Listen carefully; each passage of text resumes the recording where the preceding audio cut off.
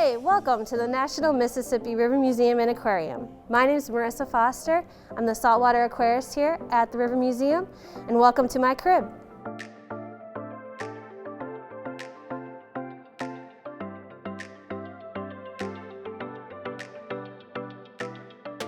Come with me behind the scenes for an exclusive look at our coral conservation project down deep in the dungeon.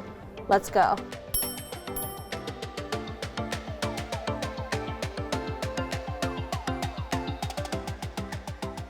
Now it's time to see where the fishes live. But first, gotta put on my shades.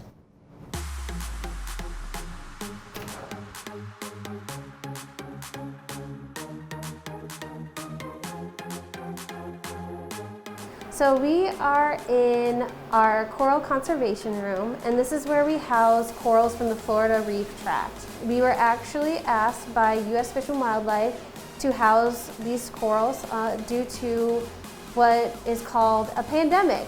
I don't know if anybody has heard of that recently, but these corals have been going through what is called stony coral tissue loss for about 6 years now.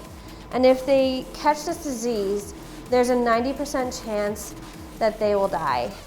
Because how fast the disease is spreading, U.S. Fish and Wildlife asked us if we could house some of these corals to keep them safe until they can either eradicate the disease or find a cure. And we are very excited and lucky to have these corals. We're actually the first ones outside the state of Florida to receive them, and we've had them for about 1.5 years now. They're doing really well. We keep discovering new organisms within the systems. That's because corals are actually their very own ecosystem. So not only are they animals, but they're also houses, cribs, for other animals. And every couple months we seem to find more and more life in these systems that we didn't expect to take on. You can see here, we have 2 little baby corals. So during their time in holding in Florida, the corals had spawned and some of the larvae had settled on the corals that came out to us. So now we actually have 2 baby corals here that are just thriving, flourishing, and growing. We have these orange limpets here. They just came in and they popped up one day in the system.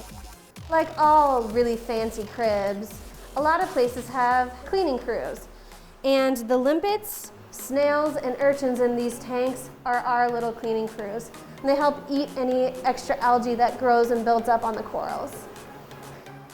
Right now I'm about to feed the corals a mixture of copepods, rotifers, and some amino acids. So what I'm gonna go ahead and do is take this pipette and mix it up. And what I do is I just gently pipette that onto each individual coral. We're gonna let these guys go ahead and finish eating their food. You know, nobody likes to watch another person eat. So thank you for coming. Aquarist out.